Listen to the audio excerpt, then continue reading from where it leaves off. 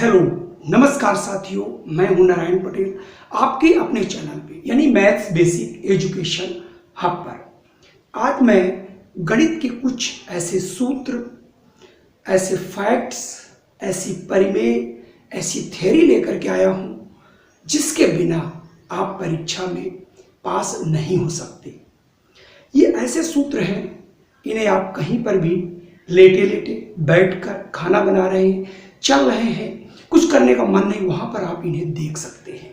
और ये ऐसे फैक्ट्स हैं, इनसे आपकी गणित का आधा रिवीजन हो जाएगा। ये कुछ सूत्र हैं, कुछ प्रमेय हैं, कुछ निर्मेय हैं और कुछ डायरेक्ट फार्मूले हैं जिन्हें आप याद कर लेते हैं, आप अपने दिमाग में बिठा लेते हैं तो परीक्षा में आपको, पिछली वाली परीक्षा में मैंने बताया भी था, ये 4 सवाल और 5 क्वेश्चंस, मतलब 4 से 5 क्वेश्चंस आए थे। चाहे वो टेट हो, चाहे वो सुपर टेट हो, चाहे वो बीईओ की क्लास हो, उसमें ये क्वेश्चंस आपको 50 मैंने फैक्ट्स बनाए हैं। 50 में 2 भाग में बनाऊंगा और दोनों भाग अगर आप देख लेते हैं तो आपको ये फैक्ट्स बहुत अच्छे समझ में भी आएंगे और आप इन्हें अपने दिमाग में बसा भी पाएंगे। तो चलिए शुरू करते हैं आज का हमारा पहला फैक्ट्स। पहला फैक्ट्स ये हमारे बीओ एग्जाम में 2008 में आया था। क्या था?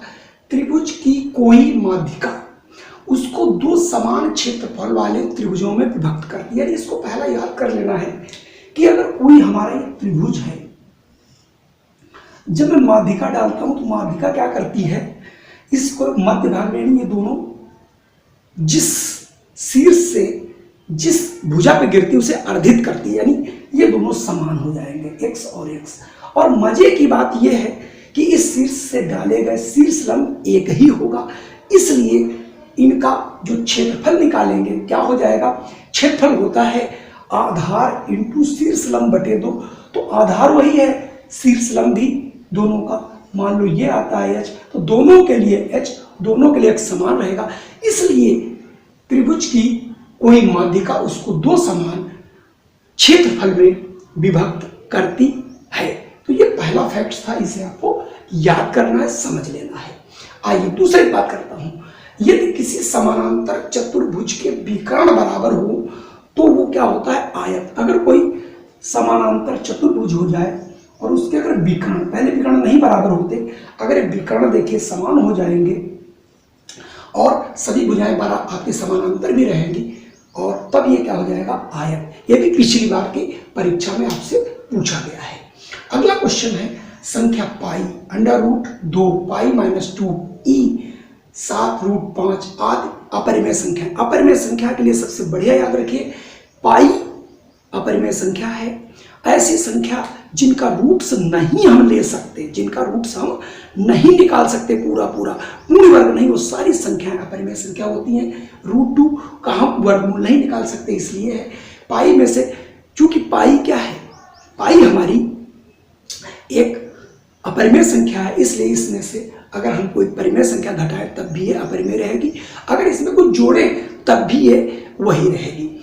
ई ये एक चरघातांकी गुणांक है, यानी इसका वैल्यू भी 2 पॉइंट से ऊपर होता है, लेकिन ये भी कहीं रिपीट नहीं करता। हालांकि ये इंटरमीडिएट में है, इसलिए इसका ज़्यादा जिक्र नहीं करते हैं परीक्षाओं में, फिर भी कर सकते हैं। तो कोई परिमेय और अपरिमेय की गुणा भी अपरिमेय होती, ये भी आपका प्रश्न पूछा गया था। किसी सममिति बंटन के लिए माध्य, माध्यिका और बहुलक समान होते हैं।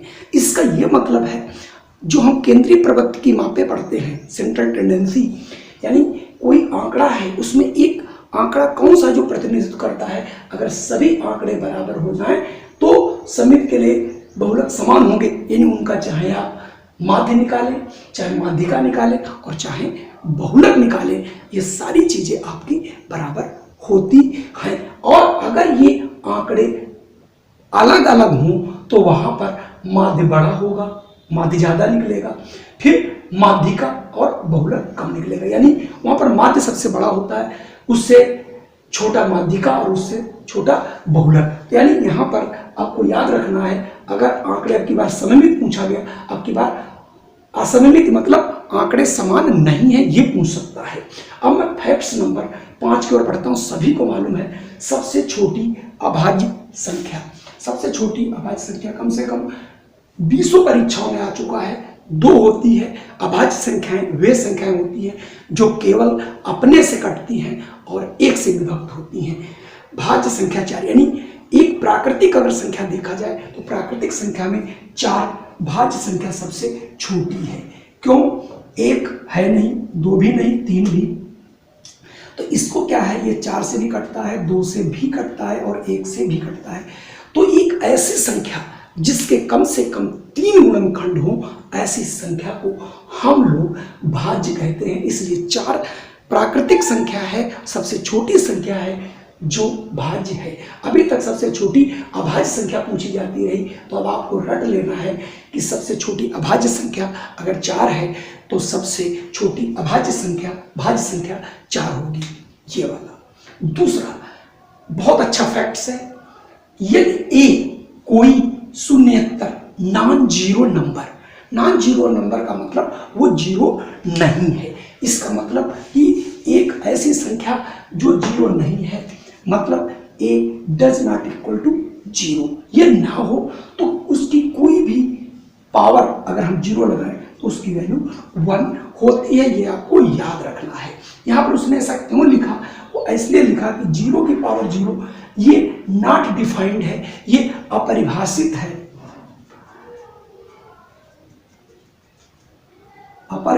यानी ये नॉट डिफाइंड है।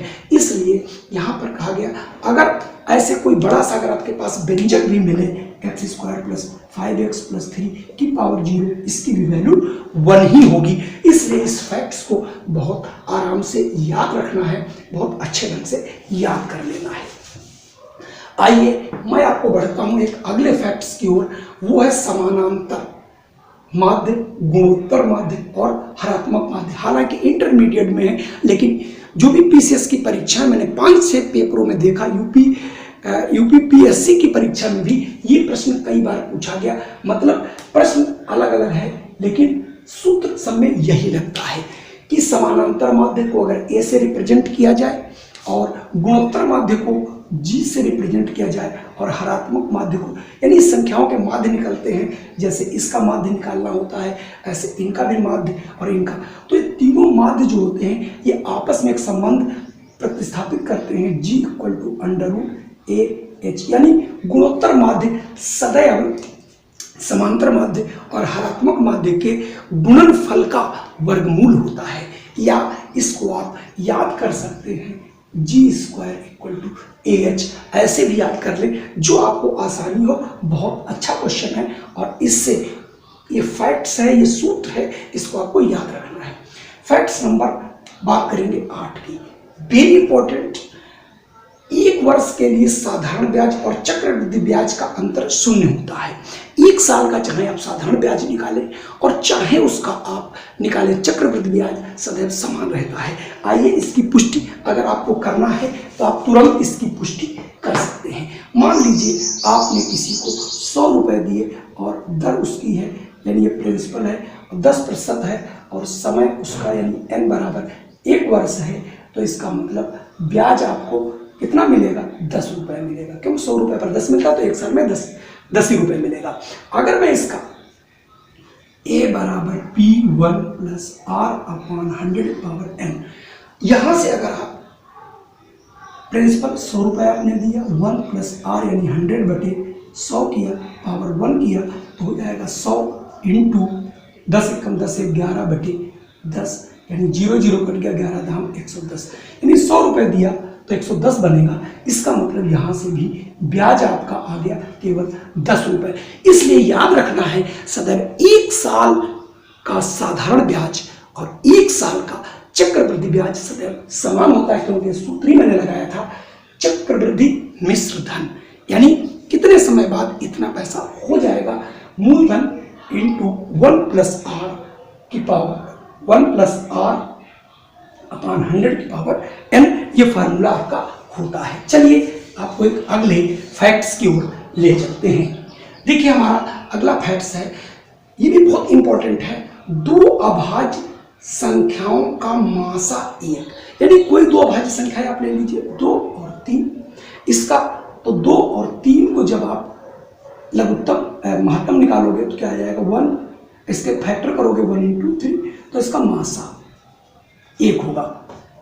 यानी अगर कभी दो अभाज्य संख्याएं दिखे तो उसका मासा क्या होगा 1 तथा उनका लासा उनका गुणनफल, गुणनफल मतलब उन्हीं संख्याओं का, तो उसका अगर तो मासा हो गया 1 तो लासा आपका हो गया 2 इंटू 3 बराबर 6। क्यों 2 और 3 को जब आप काटोगे तब भी देखिए आपका यही आएगा। इसका मतलब ही यहाँ पर तो बहुत आसान लगता है, लेकिन जब हम बीजीय व्यंजक में जाएंगे जैसे x² plus a² x minus ए का मासा बताइए, तुरंत आप समझ जाएंगे इसके गुणनखंड नहीं हो सकते, इसके गुणनखंड हम नहीं कर सकते, और इसके गुणनखंड x माइनस ए है, इसलिए इसका मासा सदैव 1 होगा। और अगर लासा पूछा जाए तो दोनों का गुणनफल होगा। वहां पर यह तथ्य आपके लिए बहुत इंपॉर्टेंट हो जाता है। चलिए बढ़ते हैं अगले तथ्य की ओर। अगला हमारा तथ्य है एक ऐसी प्राकृतिक संख्या है जिसका व्युत्क्रम भी 1 होता है। व्युत्क्रम मतलब रेसिप्रोकल। अगर मैं दो का रेसिप्रोकल देखूं या व्युत्क्रम देखूं तो 1/2 होता है, -4 का देखूं तो ये -1/4 होता है, लेकिन 2 का अगर 1 का है 1/1 लिखोगे अर्थात 1, तो ये कभी कभी पूछ लिया जाता है वो कौन सी प्राकृतिक संख्या है जिसका व्युत्क्रम और वो संख्या सदैव समान रहती है। तो एक ऐसी प्राकृतिक संख्या है जिसका व्युत्क्रम भी 1 होता है, यानी 1 का व्युत्क्रम भी 1 ही होगा। इसका मतलब यह है सीधे सीधे। आइए बढ़ते हैं आपको एक अगले फैक्ट्स की ओर। अगला फैक्ट है अर्धवृत्त में स्थित कोण समकोण होता है। मतलब कोई भी आप अर्धवृत्त बनाए, इसके अंदर कहीं पर भी आप कोई भी जितने भी इधर कोण मिलाओगे, यानी अर्धवृत्त में स्थित कोण समकोण होता है। ये बिल्कुल हमें रट लेना है। जिस प्रकार से सूर्य पूरब में निकलता ठीक उसी प्रकार से अर्धवृत्त में स्थित कोण सदैव समकोण होता है। ये रट लेना है। ये 20 बार आपके एग्जाम में पूछा जा रहा है और बराबर पूछा जा रहा है। अगला प्रश्न, गोला 3D की एक ऐसी आकृति है जिसमें शीर्ष नहीं होते। गोला का मतलब मैं यहाँ वृत्त से बात नहीं कर रहा। गोला का मतलब होता है आपका ये कोई बॉल या फुटबॉल। इस प्रकार से 3D का मतलब ही होता है जिसमें लंबाई भी हो, चौड़ाई भी हो और ऊंचाई भी हो। लंबाई, चौड़ाई और ऊंचाई। जैसे ये आपका देख रहे होंगे, हमारा एक डस्टर है, इसकी लंबाई भी है, चौड़ाई भी है, ऊंचाई भी है। इसके अगर कोई पूछता कितने शीर्ष हैं तो इसके आपको 8 शीर्ष दिखाई पड़ेंगे। 1 2 3 4 5 6 7 8। तो कभी कभी ऐसी फिगर्स आपको दे देता है जिसमें अब जैसे आप यही अकेला नहीं, अब जैसे शीर्ष के लिए बात करोगे, ये देखिए ये आपका बेलन है, इसमें भी आपके शीर्ष नहीं दिखते, मतलब गोल होता। तो पूछ सकता कि 3D की फिगर में बताइए इसमें किसमें शीर्ष आपको नहीं मिलेंगे, तो ये आपको वहां से दिखा देना है, बता देना है और समझ लेना है। अगला है दो परिमेय व अपरिमेय। मतलब मैंने यहाँ लिखा है दो परिमेय अथवा दो अपरिमेय संख्याओं के मध्य अनंत संख्याएं होती हैं। मतलब ये याद रखना है दो परिमेय संख्याओं के बीच में अनगिनत संख्याएं रखी जा सकती हैं और होती भी हैं। क्यों?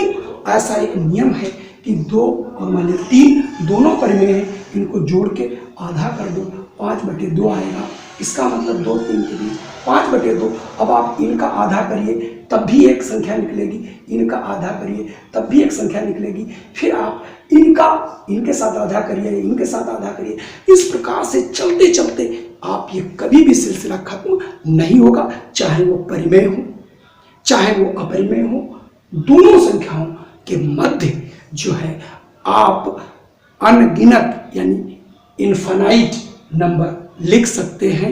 हाँ, ये याद रखना है कि परिमेय संख्या के मध्य परिमेय बनेगी और अपरिमेय संख्याओं के मध्य अपरिमेय बनेगी। तो अब आपके पास यहाँ से ये निकल के आ गया और आप इसको देख चुके हैं। बशर्ते अब वहाँ पर आपके साथ अपरिमेय संख्याओं के लिए थोड़ी सी गलत बोल गया। दो अपरिमेय संख्याओं के मध्य अनंत अपरिमेय संख्या तो होंगी, परिमेय भी हो सकती हैं। कैसे? अगर 2 रूट मान लिया आपका 2 और 2 प्लस रूट 2 है तो दोनों को जोड़ के जब हम आधा करेंगे दोनों कट जाएगा, 4/2 अर्थात 2 आएगा। यानी ये भी एक परिमेय संख्या हो सकती है। तो ये जरूरी नहीं कि दो परिमेय संख्याओं के मध्य, हाँ अगर दोनों अपरिमेय संख्या मतलब जैसे √2 है और √3 है, इसके बीच अगर निकालेंगे तो आपको अनगिनत अपरिमेय संख्याएं ही मिलेंगी। चलिए आगे 12 और कौन से तथ्य हैं उनको मैं लेके आ रहा हूं। चलिए फैक्ट नंबर 14 है ज्यामितीय निरूपण जो पूरे और उसके अंश के बीच जो संबंध दिखाता है वो कौन सा बनता है? Pie chart. आपने देखा होगा ये पाई चार्ट होता है। इनमें से पूरे को हम अंश में यानी 360 डिग्री को अलग अलग बांट के दिखाते हैं। कुछ भी जितना भी रहता है इसको हम लोग क्या कहते हैं कि जब पूरे और उसके अंश के बीच एक संबंध स्थापित करके ज्यामितीय निरूपण करते हैं उसको बोलते हैं पाई चार्ट। अगला है 0 एक परिमेय संख्या है, तो 0/1 लिख सकते हैं और इसकी मीनिंग होती है 0। इसका मतलब 0 एक परिमेय संख्या है। अगला है 0 ना तो धनात्मक संख्या है और ना ही ऋणात्मक, मतलब 0 जो है निरपेक्ष मान की तरीके से कार्य करता है, ना ये धनात्मक है और ना ही ये ऋणात्मक है। अगला है प्रत्येक धन परिमेय संख्या 0 से बड़ी होती है। इसका मतलब परिमेय वर्ड से आप घबराइए नहीं, कोई भी संख्या जो धनात्मक है, धनात्मक इवन 0 भी, ये भी सदैव माइनस वाली संख्याओं से बड़ा होता है। इसका मतलब कोई भी संख्या जो कि धनात्मक है या 0 है वो सदैव ऋणात्मक संख्या से बड़ी होती है। बहुत अच्छा प्रश्न। ये 18वां वेरी इंपॉर्टेंट, इससे 1-2 प्रश्न पूछे जाते हैं। एक बार ये भी प्रश्न आ चुका है और ये तो 2-3 बार प्रश्न पूछा जा चुका है। वेरी इंपॉर्टेंट प्रश्न। इसी परिमेय संख्या, परिमेय का मतलब कोई भी संख्या हो सकती है जिसका गुणनफल 1 के बराबर हो। जैसे 2 को 1/2 से गुणा करें तभी ये 1 हो सकता है। -4 को किससे गुणा करें कि ये 1 हो जाए, तो -1/4 से ही करना पड़ेगा, -+1। इसका मतलब ऐसी परिमेय संख्या जिनका गुणनफल 1 के बराबर होता है वे एक दूसरे की गुणात्मक प्रतिलोम यानी इनवर्स कहते हैं या उन्हें रेसिप्रोकल कहते हैं। कभी कभी आपसे पूछ लेगा जैसे पूछ लिया कि भाई a का गुणात्मक प्रतिलोम क्या होगा, इसका मतलब 1/a। करना क्या है, जिसका पूछे 1/a का है और a का 1/a है, जिसका पूछे उसका आपको उल्टा यानी प्रतिलोम मतलब प्रतिलोम लिखना है और उसी साइन में लिखना है। केंद्रीय प्रवृत्ति का अभिप्राय यानी जो केंद्रीय प्रवृत्ति की मापे हम लोग निकालते हैं समा, जैसे माध्य है, माध्यिका है और बहुलक है, उसकी बात कर रहा है। उस माप से होता है जो प्राप्त आंकड़ों का सबसे अधिक प्रतिनिधित्व करता है, यही हमारा केंद्रीय प्रवृत्ति माप है। पूछ सकता है केंद्रीय प्रवृत्ति माप में कौन सम्मिलित नहीं है। तीनों नाम याद रखेंगे, माध्य, माध्यिका और बहुलक। चलिए आगे, किसी संपूर्ण त्रिभुज में कर्ण अन्य 2 भुजाओं से बड़ा होता है। यानी कर्ण जो होता है वो सदैव जो 3 भुजाएं होती हैं आपकी कर्ण, चूंकि कर्ण सबसे बड़ा दानी था तो ये याद रखना है आपको। ठीक उसी प्रकार से किसी भी त्रिभुज में अगर ये 3 है, ये 4 है तो ये 5 होती है। तो आपने देखा होगा कि 3 से भी बड़ा 5 है और 5 4 से भी बड़ा है। तो कोई भी ऐसा, चाहे आप दूसरा ले लेंगे, ये अगर 10 है, ये 8 है तो ये 6 होगा। तो 6 से भी बड़ा 10 है और 8 से भी बड़ा 10 है। तो कर्ण हर कंडीशन में बड़ा होता है। और अगला बहुत अच्छा प्रश्न है 2n, अगला n² - 1 और n² + 1 को पाइथागोरियन त्रिक कहते हैं। पाइथागोरियन त्रिक इसलिए कहते हैं कि इनमें आप कोई वैल्यू आप फिट करें तो इससे 3 संख्या मिलेंगी जो कि एक संपूर्ण त्रिभुज बना रही होंगी, उसकी यहाँ पे बात हो रही है। अगर मैं यहाँ पर n बराबर जैसे 2 रख देता हूँ तो 2 तिहाई 6, 2 दूनी 4, 2 तिहाई 6, 6 में से 1 जाएगा 6, 2 दूनी 4, 4 में से 1 जाएगा 3, 2 दूनी 4 है 5। तो 3, 4, 5 आप देख रहे होंगे। इससे ये देखिए 3, 4, 5 ये देखिए। तो कुल मिला के आप ये पाइथागोरियन त्रिक मतलब 3 संख्याओं का एक ऐसा समूह जिससे एक आप समकोण त्रिभुज बना सकते हैं। वीडियो बहुत लंबी हो रही है, इसलिए यहाँ पर ये 21 तथ्य हमने रखे हैं। इसके बाद आपको अभी कम से कम इसमें हम जोड़ेंगे 30 से 32 तथ्य, जो आपको जल्द ही अगले वीडियो में मिलेंगे। ऐसे ही तथ्यों को देखने के लिए इंतजार कीजिए हमारे दूसरे वीडियो का। जय हिंद, जय भारत।